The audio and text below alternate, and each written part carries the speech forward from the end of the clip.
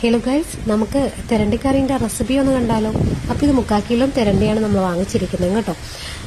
നമുക്ക് അതിന് മുന്നേ തന്നെ നമുക്കിവിടെ കുറച്ച് തേങ്ങ നമുക്ക് റോസ്റ്റ് ചെയ്യാനുണ്ട്. അപ്പോൾ ഇത് 1 മുറി തേങ്ങയാണ് നമ്മൾ എടുത്തിരിക്കുന്നത്. ഇത് നമുക്ക് പൊടികളൊക്കെ ഇട്ടിട്ട് വെളുത്തുള്ളി എല്ലാം ഇട്ടിട്ട് നമുക്ക് നല്ല രീതിക്ക് നമുക്ക് റോസ്റ്റ് ചെയ്തെടുക്കാം കേട്ടോ. അതിനുശേഷം നമുക്ക് ചെറിയ ഉള്ളി, ഇഞ്ചി, പച്ചമുളക്, വെളുത്തുള്ളി ഇതെല്ലാം നമുക്ക് നല്ല രീതിക്ക് കുത്തിച്ചതച്ചെടുക്കണം. അപ്പോൾ നമ്മൾ ചെറിയ ഉരലൊക്കെ ഉണ്ടെങ്കിൽ അതിലിട്ട് ഇങ്ങനെ ചതച്ചെടുക്കുമ്പോൾ നല്ല രസമായിരിക്കും കേട്ടോ. പച്ചമുളക് എടുക്കണം, പച്ചമുളക് ഒരു 3 എണ്ണം കേട്ടോ. പിന്നെ ഇഞ്ചി ഒരു ചെറിയ കഷ്ണം, വെളുത്തുള്ളി, ഉള്ളി. അത് കഴിഞ്ഞിട്ട് നമുക്ക് പൊടികളൊക്കെ ഒന്ന് റോസ്റ്റ് ചെയ്തെടുക്കാം. ചേട്ടനോട് പൊടികളെല്ലാം നല്ല രീതിക്ക് മൂപ്പിച്ചതിന് ശേഷമാണ് നമ്മൾ കറിയിലോട്ട് ഇട്ട് കൊടുക്കാൻ പോകുന്നത് കേട്ടോ. അത് കഴിഞ്ഞിട്ട് നമ്മളിവിടെ ഇറച്ചി നമ്മൾ കഴുകിയിട്ടുണ്ടായിരുന്നില്ല, തിരണ്ടി നമ്മൾ കഴുകിയിട്ടുണ്ടായിരുന്നില്ല. അത് നല്ല രീതിക്ക് വാഷ് ചെയ്ത് നമ്മളെടുത്ത് വെച്ചിട്ടുണ്ട്. ഇനി നമുക്കിത് കറി എങ്ങനെ ഉണ്ടാക്കുന്നതെന്ന് നോക്കാം കേട്ടോ.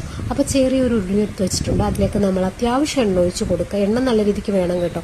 ഇനി നമുക്ക് അതിലേക്ക് ഉള്ളി, വെളുത്തുള്ളി, പച്ചമുളക്, ഇഞ്ചി ചതച്ചതെല്ലാം കൂടെ നമുക്ക് ഇതിലേക്ക് ഇട്ട് കൊടുക്കാം കേട്ടോ. ഇനി അതിനുശേഷമാണ് നമ്മളവിടെ റോസ്റ്റ് ചെയ്ത് വെച്ചിരിക്കുന്ന പൊടികളുണ്ട്. പൊടിയെല്ലാം എന്ന് പറയുന്നത് മുളക് പൊടി, കാശ്മീരി മുളക് പൊടി, സാദാ മുളക് പൊടി, അങ്ങനെയുള്ള ഐറ്റംസ് എല്ലാം കൂടി ഇട്ടിട്ട് നമ്മൾ നല്ല രീതിക്ക് മിക്സ് ചെയ്തെടുക്കാം കേട്ടോ.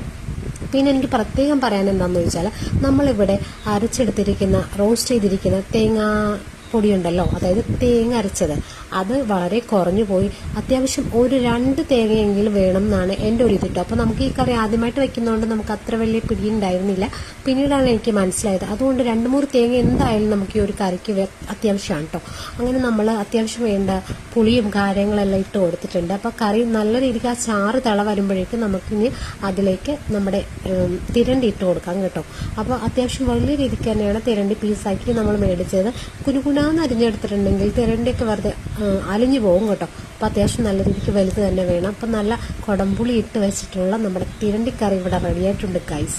അപ്പോൾ തേങ്ങയുടെ കാര്യം നിങ്ങൾ പ്രത്യേകം മറക്കരുതും കേട്ടോ. 2-3 തേങ്ങ എന്തായാലും നമുക്ക് റോസ്റ്റ് ചെയ്തെടുക്കാൻ വേണം കേട്ടോ. അതിൻ്റെ ഒരു കുറവ് ഞങ്ങൾക്ക് ഉണ്ടായിരുന്നു. എങ്കിലും സംഭവം പൊളിയായിരുന്നു കേട്ടോ. പിന്നെ അടുത്ത വീഡിയോയിൽ കാണാം. ബൈ.